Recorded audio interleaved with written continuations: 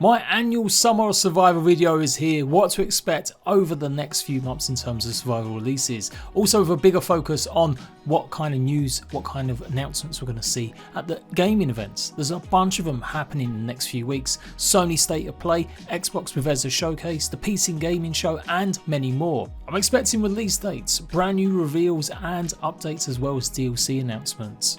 My name is Jade, I have been the home of Survival for over 6 years, news, gameplay and guides. Make sure you're subscribed, leave a like and let's go. The Summer of Survival. So the Summer Games Festival begins pretty much on June the 2nd with the State of Play. This is obviously Sony's vehicle, but it's going to be focused on third party and VR support. So I'm expecting a few game announcements and I'm sure they'll do some more events over the coming weeks afterwards. But yeah, this one is third parties and VR only. And I'm hoping to see Little Devil Inside. This has been mentioned as a PlayStation 5 exclusive for years now. First got developed in 2014, but it's had some really patchy news and different kind of showcases over the last few years. Last year we got a nice big demo showcasing all different aspects of the game, where it's going to be a co-op focused story RPG narrative survival game. A bit like old ancient JRPGs, you'll have an overworld that you travel between. And then when you get to these locations, you'll simply then go around hunting monsters, making sure you've got enough ingredients and the right kind of weapons and gear. But it's also got roguelike elements. When you die, you're going to have to restart and you can get back to your dead body and hopefully take some of the goods that were left there. So really interesting take on survival. I'm expecting some sort of announcement of a release date maybe for October or September. The only other survival related news I can see happening is maybe a showcase of Tribes of Midgard and their brand new survival mode. This is scheduled for release in August, so it still might just be a bit too soon to show off. But yeah, maybe a little bit more teasers. If you don't know, they're opening it up properly. You're going to be able to base build and survive much longer than you can in the game modes they currently have. It's been out a year already. The game was just part of a PlayStation Plus month, so it was free for all PlayStation Plus members, so I am expecting that to happen. That will get some news about this soon. And of course Season 3 will have a brand new saga mode, so you will have more bosses to fight in their kind of timed mode. But that's about it. I'm not really taking a look at survival horror, so PlayStation is once again pretty light on survival games. So after that we've got a couple of different events starting pretty much on the same day. The Netflix Gaming Festival, I'm not expecting any big reveals for survival during that, but there is one that might be worth keeping an eye on. The Tribecca Games Festival is a Canadian backed festival, and guess what? Nightingale is made by Canadian developers.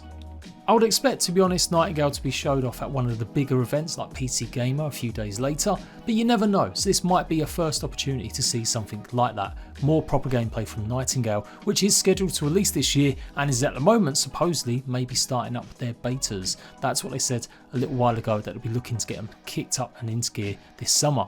Of course, Nightingale was the big one for me. You might be wondering why I'm not covering one big game other than maybe Ark or Valheim, and it is Nightingale. I'm basically waiting to make my channel into a Nightingale channel almost, apart from obviously the survival news. So very excited about that, and yeah, if it does pop up at Tribecca Festival, I'll let you guys know. Otherwise, I'm expecting, like I said, as part of the PC Gaming Show around the 12th.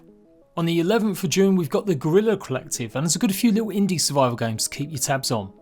Wanderlost is a kind of don't starve RPG survival game where you'll be facing off against all sorts of zombies, going around a procedure generated world, gathering lots of resources in this top down perspective. I've actually backed this one, I'm very much looking forward to it, so I'm going to be covering this a lot on my second channel, JCraft. I know some people are a bit snobby about top down or more cutesy cartoony survival. I don't really understand why. It's got all the core components of survival games that most people really love. So maybe get with the times, Grandad. Not every survival game has to be a first person or third person snorefest. Give me some art, give me some nice style and a bit of humour, and I'm totally down for playing a Stardew Valley but with a bit more bite survival game. Same thing goes for Monster Outbreak. This is like Don't Starve but on speed. It's a tower defense survival based game, gathering resources, getting ready for the monsters about to attack you. Definitely more emphasis on the traps that you're going to be building to protect yourself, with a huge selection of mobs and enemies that you'll have to defend against. This is coming to Steam and Switch, and it does look like it's going to be happening soon. I've already got a demo, or had a demo up for a while, so go and check it out on Steam if you get a chance. Both these games are going to be part of the Guerilla Collective on the 11th of June. And I'm fully expecting a full early access release date for Above Snakes, another game I've backed via Kickstarter and shown off already with a game demo. They've been updating it, getting lots of things ready, and they've got more demos and betas going on at the moment. So this is again a top-down view in a procedurally generated world where tiles will change. You'll be able to focus on going in one direction, maybe getting certain resources, then go in another and unlocking different biomes, as well as threats. Imagine a Wild West game, but with zombos attacking you instead. This is part of the Guerilla as a collective, and it's also going to be shown off though a couple days later on the 13th. So that's about it from that event especially. Then we're into probably the biggest day of all for news. 12th of June, we've got the Xbox Bethesda showcase, the PC Gamer show, and a bunch of other stuff. So what are we actually going to see? Well, at the Xbox Bethesda showcase, I'm definitely guaranteeing we're going to see Starfield gameplay. It is a survival game to my mind. It's going to have sections where you're going to need oxygen. So survival RPG. And yes, we know now it's been delayed until next year. Supposedly the early part of the year, so that remains to be seen if that'll end up being the case. If so, I'm kind of predicting a March release, but I'm definitely sure we're going to see some actual gameplay revealed this summer showcase. But what about the rest of the stuff that's incoming? Well, State of Decay 3 I think is still a little bit too far away. I reckon we'll get a proper trailer for it, showing actual gameplay this time. But given it's had such development issues, I don't see that releasing maybe until 2024. At very best, it'll be the end of 2023. Is it going to be the MMO that they always wanted to make? Or is it going to be just an improved State of Decay 2 with better co-op and multiplayer action? And then the big ones. Are we going to see the Ark 2 reveal here at the Xbox Bethesda showcase? Ark 2 is going to be an Xbox and PC exclusive. I'm pretty sure they're going to be showing third-party games off at this event as well. So I think we're going to get the release date, and it will be in 2023. That's why they've already revealed the release date for their free DLC, Fjordur. That's going to be going live on the same day. Wildcard love to spoon you a little bit of sugar when they're kicking you in the arse. So it makes sense that if they're going to have their free DLC launching that day, lots of happy Ark players getting something for free, that will be the time to announce that actually the Ark 2 sequel won't be coming out in 2022 as planned. And then we've got some of the other stuff as well, directly owned by Xbox, like Grounded. It's coming up to its 2-year anniversary, and I'm fully predicting a 1.0 release very soon. My head tells me it'd be something like September or October that we'll see the full release of Grounded. But you never know, there could be a bit of a stealth release going on. It's come on leaps and bounds, one of the best survival games you can play now. And obviously I've been covering it and making it a focus on my second channel. And then we've got a few other games that are obviously published or going to be on Games Pass on day one. Stalker was meant to come out at some point this year. Right now it's tentatively put back to Q4 because of course they've had to deal with the Russian invasion as they are from Ukraine. But apparently they're safe now, they're somewhere else, or they're just about getting back on with development of the game. So there is hope that we still might see release by the end of this year. Likewise, Atomic Heart, but for different reasons. It's a Russian-backed game. I think that's probably the least likely to see actually released. I think there's going to be way too much anti-Russian sentiment going around. I just don't see that releasing this year. I think they'll end up putting it back until next year. So that's the Xbox Bethesda showcase. Then the PC Gamer show is where I think we're going to get Conan Exiles and maybe a little teaser of Dune. Conan Exiles, of course, has been around for years, but its biggest update ever, apparently 3.0, has been long in the works. I'm fully expecting the reveal and saying that it's going to be live going on that week maybe. I hope it's going to be decent. We're expecting maybe some sort of DLC mechanic thrown in as well. Maybe some more skins or DLC packs like they've done in the past. But I'm still a little bit nervous. It's been a while, they've not been speaking about it. Conan has kind of dropped off. It's not as popular as some of the other survival games and hasn't really cemented its place. But they really didn't take advantage enough of the pandemic like so many other games did. With their terrible DLC map, the reviews are pretty much awful for it. They need this next update to be a good one. And of course, a Dune tease, maybe. They've been heavily promoting in the last couple of months that they're looking for more developers to come and make the game. I think it's still way too early to see some sort of gameplay, but I'm fully expecting a little teaser cinematic trailer. I'm not expecting Dune to come out until 2024, and even then it will still be early access. So I do expect them to be part of the PC Gamer show. Also expecting the release date trailer for Smalland, the miniature survival game where you are exploring a long ancient woods, maybe some point after humans have been wiped out by some sort of mysterious event. You are reclaiming the earth as tiny little burrower-like creatures. You'll be able to ride insects, craft, build and obviously explore, trying to get on side some of the factions of the bugs. It is the big kind of comparison to Grounded.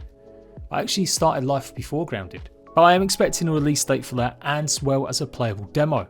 I think Smalland won't release though until maybe September or October as well. I think at this event we'll also see maybe more gameplay footage of Sons of the Forest. That's recently been put back to October. It looked good from the clips they've shown on social media, so can't see why they wouldn't show maybe something a bit longer. And I really do think we're going to see a full release of this, as it's had 2 big major delays now already. And surprisingly, it's not going to be early access, it is going to be a full release game. And of course Valheim will have its Mistlands update at some point as well. I have been predicting maybe August for the full release, but I'm pretty sure we'll see some sort of trailer or maybe some sort of teaser at one of the gaming events upcoming. With the latest tease being part of the brand new crafting station that you're going to need for some of the more advanced weapons and stuff that you'll be able to craft in the Mistlands. Corekeeper should also be making waves with its next update. The sunken sea biome should be added around the same time as the PC Game Show. Brand new creatures, mobs, boats and more. It's going to be the first major content patch for Corekeeper, which has been a pretty big success since it launched on PC Steam a few months ago. And then we got some other good stuff happening around that time too. Raft has just announced that its final chapter, chapter 3, is going to be playable and coming this summer. So I fully expect to see it showcased at one of these events. And to keep the hype going, even though they've just had a huge delay after another delay, the day before has obviously been scheduled till next March 2023. I'm expecting some sort of gameplay showcase or demo from them again. Not 100% convinced there's actually a real game here, but you never know, it might actually become true. They recently delayed, literally only a few weeks away from their supposed release, and really haven't been on the ball with communication at all, so some people are really wondering whether or not this game will ever see the light of day. This will be the event that will happen, the PC Game Show. A few other games to keep on your horizon. We've got Palworld, the mad anime styled game that's made by the same people that make Craftopia. Think Pokemon but with guns. And I'm expecting to see early access release dates for other games as well, including Return to Nangrim, the Dwarven survival crafting game, as well as Salt 2. Pretty much Sea of Thieves but with survival. That should be arriving at some point in the next few months, judging by the developers' tweets. Also making a release announcement will be Retreat to Enen. It's a chilled survival game, something you don't see often, but it's set in the far future where humankind has mastered the arts of maybe chill, where they'll be meditating in a simulation kind of aspect, surviving, getting resources, hunting and gathering, but not necessarily fighting off zombies or mutants or anything like that. It's definitely more of a chill survival experience. Scheduled maybe for Q3, Q4, solo mode is going to be there first, and then they're going to add co-op multiplayer mode eventually during early access updates. Green Hell's last update maybe, base quality of life improvements and more. On top of that, they're also adding animal husbandry as well, so you'll be able to have your kind of livestock around your jungle base.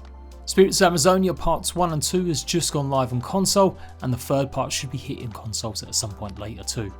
And they've also announced, I do believe, that their VR version of the game should be going live in August.